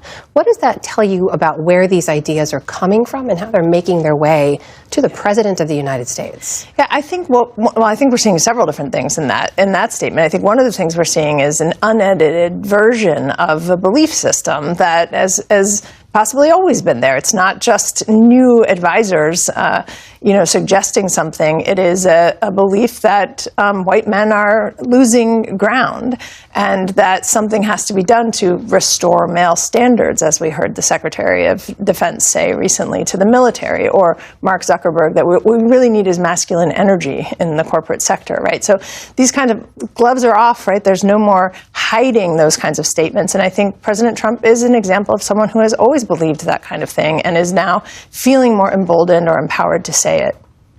These are ideas, as you've noted and tracked, they've long been simmering below the surface. Now they're sort of out in the open. You also cited a number of other big things that are going on the planet right now. And as a result of U.S. policy, when you see historically these kinds of campaigns, propaganda pushes, is it because they're trying to get a message out or as a distraction from something else? It's both. So one of the things we see is that one of the very first things undemocratic leaders do is to try to confuse people, to say there's alternative facts, there are other ways of seeing the world, to undermine journalism, the media, academics, expertise, scientists, to basically say this isn't true, whether that's about vaccines or about what we saw in a video with who shot and why a woman who was protesting.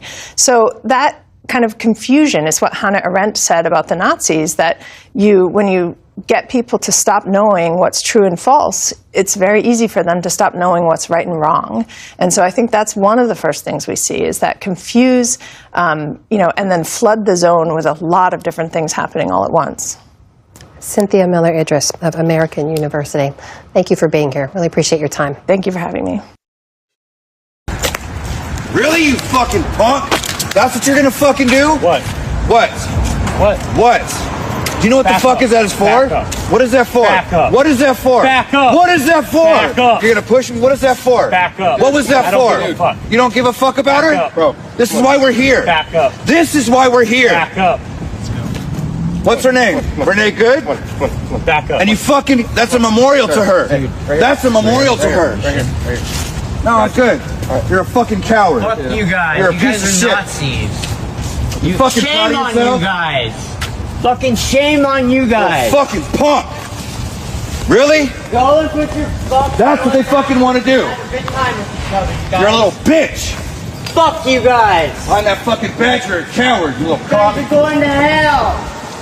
Renee Good is a mother that is standing up for our rights and was murdered. She was a legal observer. Why we're here is because of cowards like you. Do you guys know what real... I just listened to hours of interviews of the most heartbreaking stories I've ever heard from one of Trump and Epstein's victims, Sasha Riley. He names a few people, so I will make separate videos for each person. This first one is for Trump, and if you're wondering what someone could do to have Epstein call them a monster, this will answer it for you. But it's a whole bunch of people. It's just that from my childhood perspective, what I saw, or what I thought that I saw, was he was the big boss. Donald Trump was the big boss, and then Epstein was like you said, like the manager or something. And then you had lower level people like my dad that kind of went out and found girls or coordinated, at the ground level of things. Yeah. So in terms of even Epstein himself, he just sought out people like my dad that would sell, their adopted child, their actual child, or whatever. So those are the different layers of people. I'm going to give a really big trigger warning for these next clips for child and animal. The last encounter with Trump, the one where I injured him, was the one that I remember the most vividly. My dad, before we went to the farm, this was when they lived in Enterprise, Alabama. Yeah. So it would have been about 81 to 82, somewhere in there, maybe as late as 83. But he said there may be somebody that you know there. And I can remember the look on his face, and it scared the shit out of him. But anyway, when I got to the farm, of course, I'm scared at the farm because I don't know what's going to happen. But the first person that comes up to me is a girl named Patricia. This is a girl that I had been trafficked with before. And she came running up to me and, said hello or whatever. She was about my same age, around 12 or 13. And I can remember my dad saying, well, why don't you guys go run off or whatever and have fun? And I can remember not knowing what to do in that instance because, these parties weren't for me. I wasn't. And then he said something to the effect of, no, it's not like that for you anymore. You're a man now. You can just go out and have fun. Well, we went to go have sex. So we went and found a room and started having sex. And while we were having sex, people burst into the room. It would have been 4, 5, 6 guys, big guys, adults.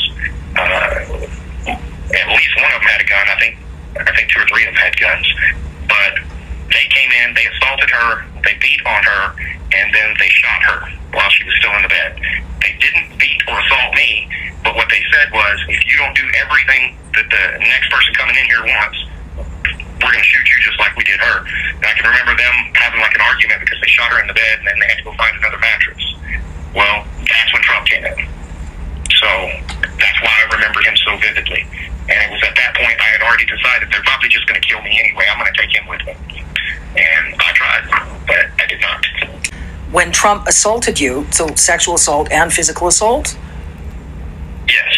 So at one point, I kind of acquiesced to whatever sexual things that he wanted to do. But at some point, he wanted me to have sex with him. So he lay down on his stomach, and there was a wooden tent stake that was in the room, and I had been eyeballing it as a weapon. And what I did was put the condom on the wooden tent stake, put it inside of him, and I kicked it as hard as I could, and that's why he had to get life flighted out, because I ripped him open. I have had more than one encounter with Trump, and that's why I tried to kill that son of a bitch, because he is a fucking monster. It's why I have not shut up about just how absolutely abhorrent he is as a human being, and it's why I tried to kill him. Yeah. Because I had decided, I had already seen enough other people die that in my mind I thought, well, they're just going to kill me too at some point, right? I'm not going to survive to be an adult from this. So in my mind, he was the biggest pile of shit that I had ever had to have any contact with, so I was going to take him with me. And how often did Trump assault you? I can remember two specifically. A third one that I think, and I think I was around him more than just those 3 times, but only 3 times do I kind of remember. I can remember at one point him asking the people that were kind of running that party or whatever it was at that farm, he wanted to kill somebody. He wanted to murder somebody. And they said, hey, that's not this kind of party. You can't do that. And they said, in lieu of doing that, they said, well, we've got some puppies. If you just want to kill something, we've got to get rid of them anyway.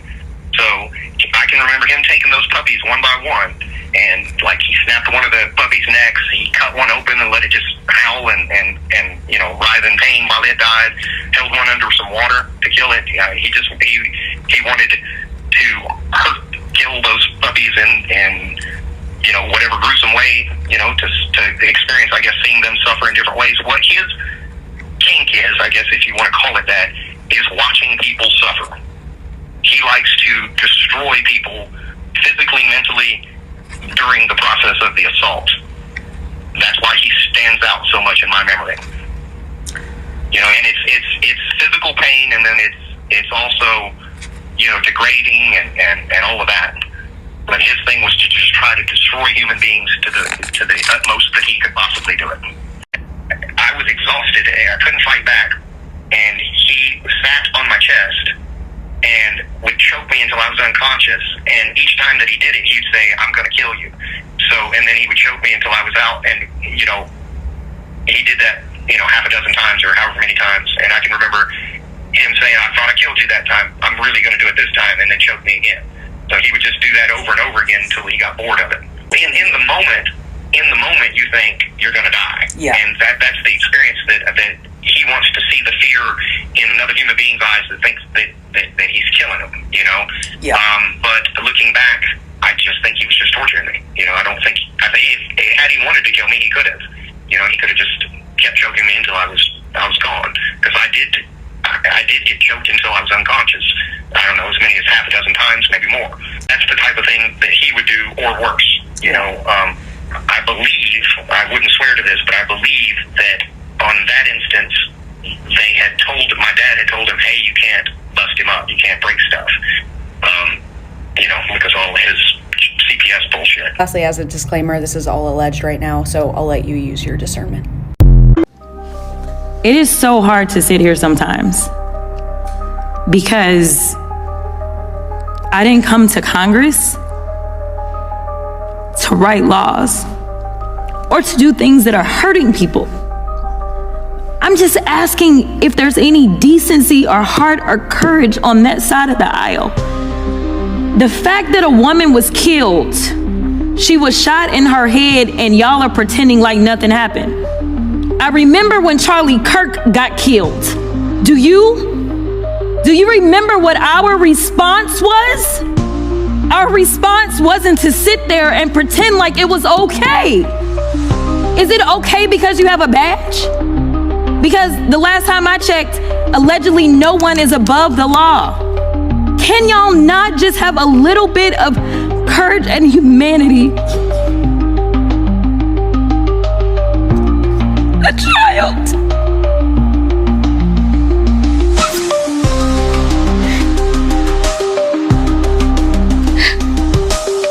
Child has lost her mom. And y'all want to pretend that it is okay.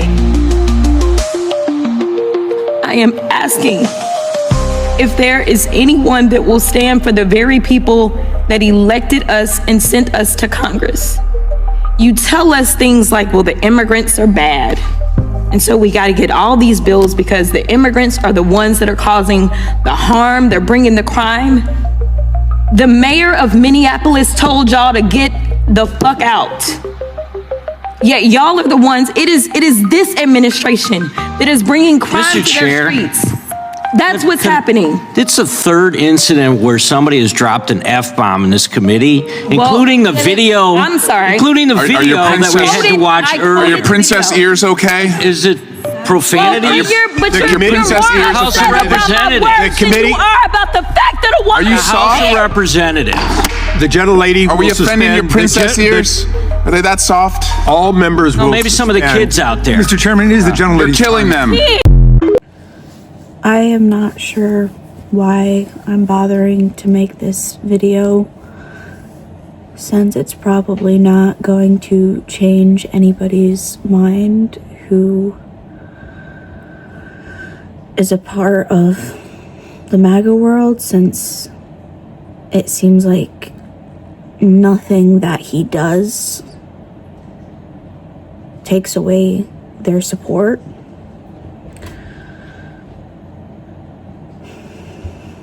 Literally nothing. But I don't know, I guess I mostly felt like I needed to rant.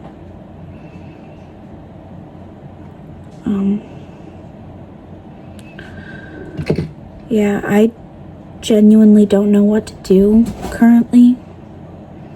So yeah, if you're in New York, Syracuse area,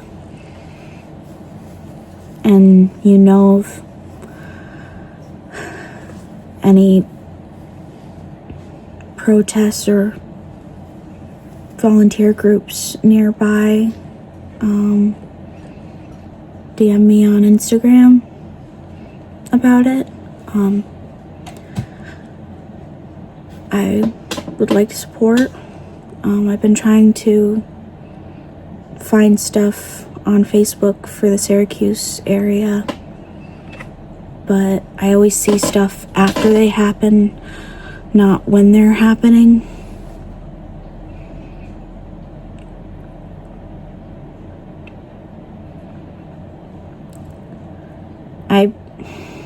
I want to be useful. I think it might be helpful to my mental health if I could be somewhat useful. So in some ways I want to be useful for my own good, not just for other people's benefit.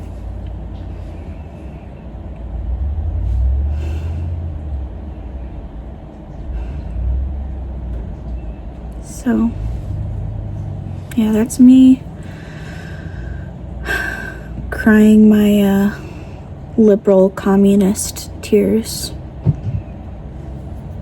See ya. When you're going to workplaces to round up immigrants, it's not because they're not working. If they're coming through IRS data to try to find where immigrants are, it's not about immigrants not paying taxes.